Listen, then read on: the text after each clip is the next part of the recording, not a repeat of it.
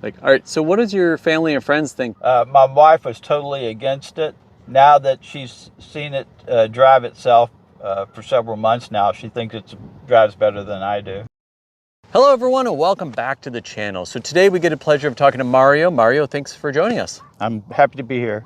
So Mario, tell me a little bit about what you're driving, because I have to say, going around the RTR, you don't see a whole lot of what I saw. So tell me about what you're in. I got a lot of interest in it yesterday at the open house. I'm driving a 2024 Tesla Model Y, dual motor, all-wheel drive, over 400 horsepower. My Model Y can go 300 miles on a charge, and if you precondition, it can recharge in 20 minutes. That's very fast. It is. Now, have you had any issues? You drove from where? Where did you start your journey? Virginia Beach. Virginia Beach. Did you have any issue coming across country to get? Okay. So how often were you running into charging stations? About every 2 hours on average. Oh, wow. Okay. So they're getting more and more popping up. That's correct. So do you feel like this is something that someone can do legitimately, you know, as far as like not having any issues going cross country, finding charging stations? I would. All right, well, let's go ahead and just do a tour. Okay. All right. A lot of cars don't have a trunk in the front, but the Tesla does. I've got a 7-day suitcase. I've got a winter jacket, emergency blanket, perishables, and I can keep sodas in the front since it stays closed, it stays cool, leftovers, and water bottle. My car has 2 motors, a large one in the back, a smaller one in the front, which kicks in if you need all-wheel drive or you step on it. The first time I tried to open the door, I had to figure out how the handle works.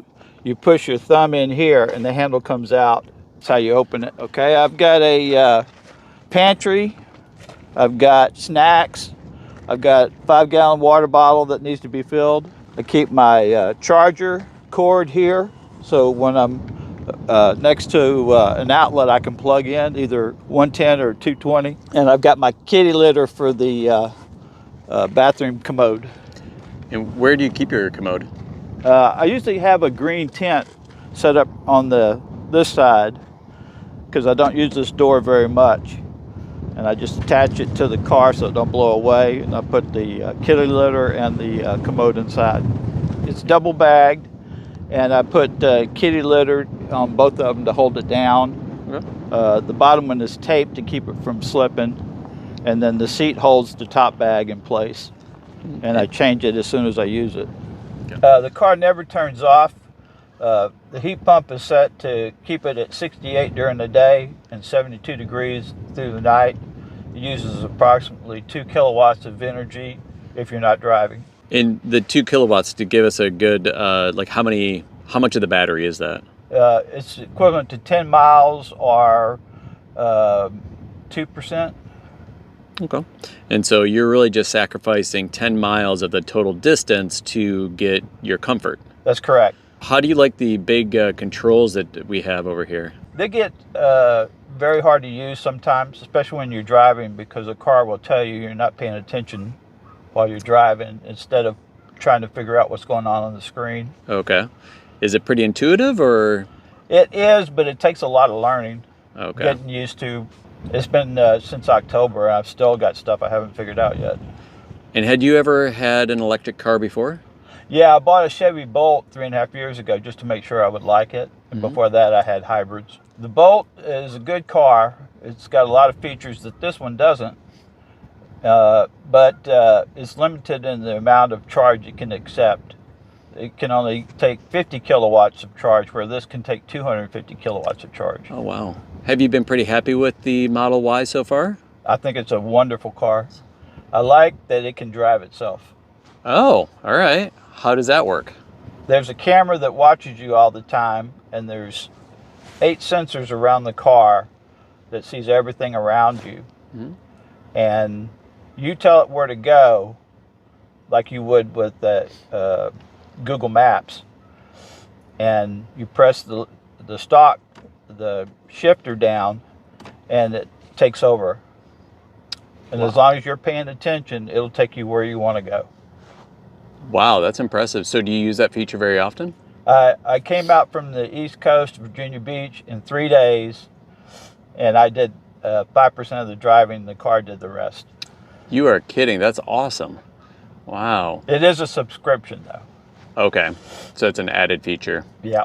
Like, all right, so what does your family and friends think of you in this car and going out here? My wife was totally against it. Now that she's seen it drive itself for several months now, she thinks it drives better than I do. Does that hurt your ego at all? No. No. I'm just happy the car performs as advertised. This is my bed. I've got plenty of room to stretch out. It consists of a self-inflating mattress that's 2 inches, and I put it inside of an old Coleman sleeping bag that gives you 2 more inches on top and bottom, and you just adjust the air valve for how much firmness you want. It's very comfortable. I put it on a 4-foot table that kind of holds it in place, and the slick part here slides real easy, so I can move it back and forth. So you don't need a whole lot of blankets, I guess, because you have climate control in there, right? That's right. I don't wear pajamas, so it's just my skivvies and a sheet, and I'm sometimes too warm at night. So how tall are you? I'm 5'10". 5'10", and then so you can sleep in there with, you know, do you have to move the front seat at all No. up for it, or how do you fit in there? I fit great. In fact, there's a little indentation on the back of the passenger seat. Gives you another inch to put your head up. All these windows in here, do you have a hard time sleeping at night or with the light coming through? No, I installed it has a glass top, so I installed blackout panels for the entire trip, and because it takes a long time to put them in and out. And then I've got individual windows and windshield and rear glass covers that pop in and out. Oh, where do you store those then when you're not using them? Underneath the bed.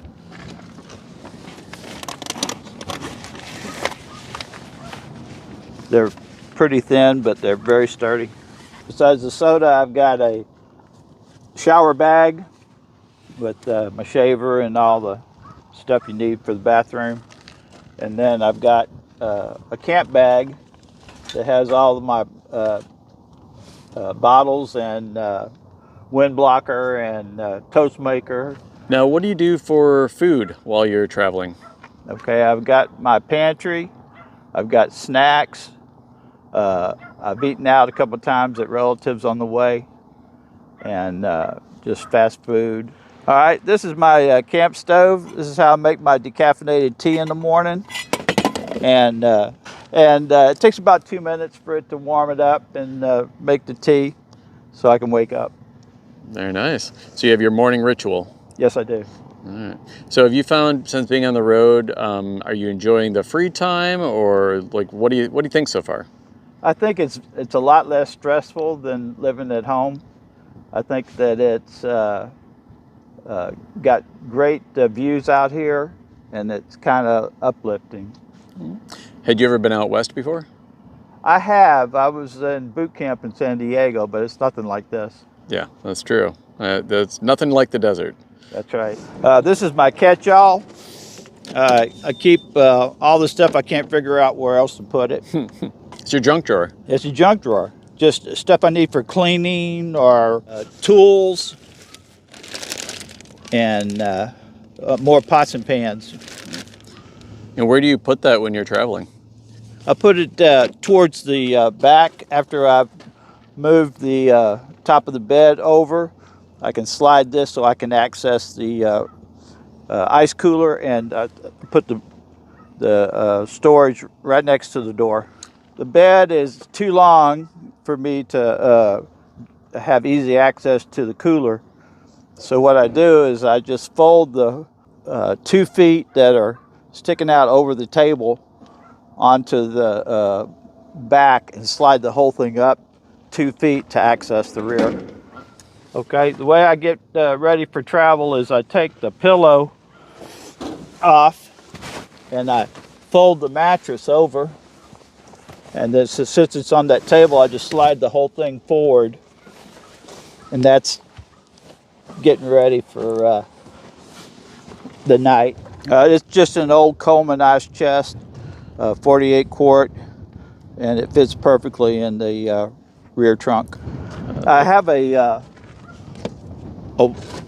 bladder that I put ice in, and as it melts, I harvest the water. When I'm ready for bed, I unfold the mattress, go in through the side door, put in all of the window shades, undress, swing my legs over onto the mattress. All right, Mario, what first inspired you to do this and hit the road and come out to the RTR? How did you hear about this? I've been following the channel for a long time. I was going to come out in 2020, but first COVID hit, and then me and my wife both had health problems. So 2025 was the earliest I could make it out here. And what do you think of the RTR so far? I think it's wonderful. I've met so many nice people. Bob's been there, and you know, he's taken his time to meet everybody. Mario, thank you very much for giving me a tour of your Tesla Model Y. I really appreciate you taking the time today. Thank you. Now, for new people out there, do you have any good advice for them? Because you're new yourself, so what advice can you tell them that might help them out? Well, being a 70-year-old man, coming across country to go to the RTR, if I can do it, anybody can do it. All right, great advice. I love it. So if we can do it, you guys can do it out there as well. So if you got anything out of today's video, please give it a big thumbs up, subscribe to the channel, share it with friends, and until next time, we'll see you down the road. So long.